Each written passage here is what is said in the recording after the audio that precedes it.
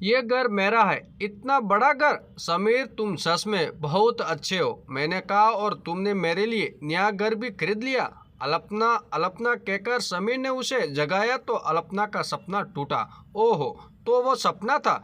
अपना घर सपनों में ही आता है। काश मुझे मेरे सपनों का घर मिल जाए।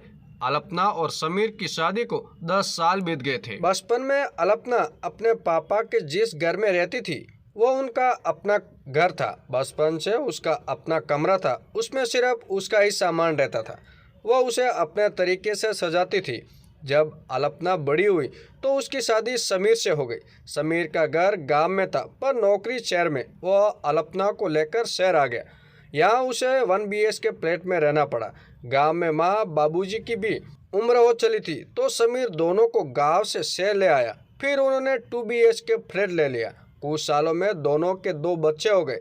एक कमरा अल्पना के सास ससुर का था और एक उनका, पर उसमें बच्चों का भी सामान रहता था।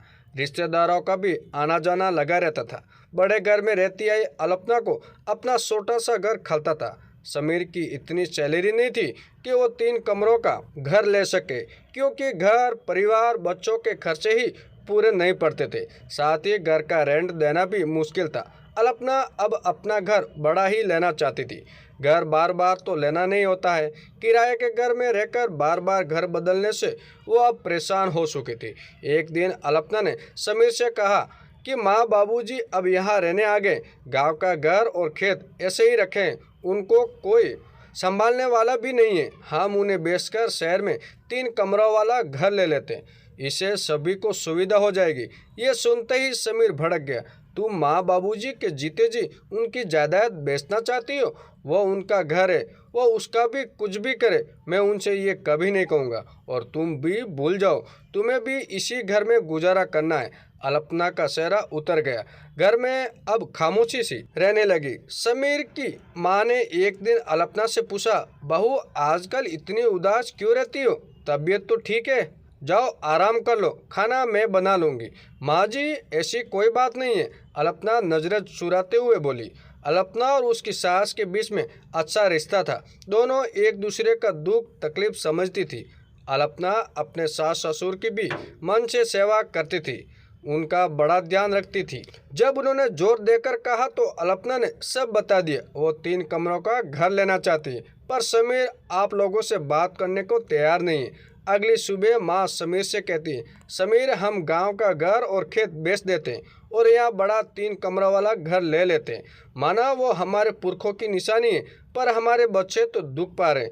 पुरखों का सम्मान हम मन से करते रहेंगे, पर अपनी बहू की तकलीफ भी तो नहीं देख सकते ना। माँ अल्पना को कुछ भी सोच लेती है। हम जीते जी पुरखों की निशानी नहीं बेचेंगे। समीर बोला, बेटा अल्पना ठीक ही तो कह रही है। अल्पना का भी इस घर पर, इस घर के फैसले का पूरा अधिकार है। वो इस घर की लक्ष्मी है, अन्नपूर्णा है। हम इसे इस तरह इच्छाओं को मारते हुए नहीं देख सकते। फिर इसमें हम सबकी भलाई है, सभी अच्छे रह पाएंगे। हम गांव अब जाएंगे भी नहीं।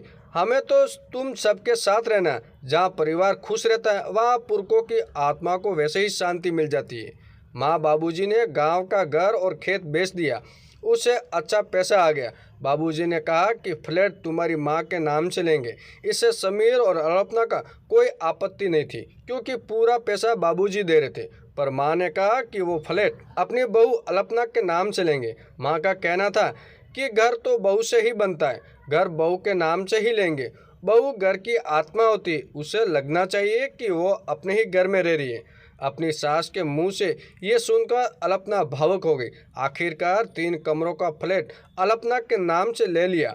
घर की नेम प्लेट पर अल्पना निवास लिखवाया गया। अल्पना का सपना सच हो गया था। अल्पना ये सोचकर खुश थी कि मायके में एक कमरा उसके नाम था, पर ससुराल में तो पूरा ही घर उसके नाम का मिल गया था। दोस्तों, ये कहानी कैसी लगी कमेंट करके ज़रूर बताएं, और चैनल पे नए हो तो चैनल को सब्सक्राइब जरूर कीजिएगा।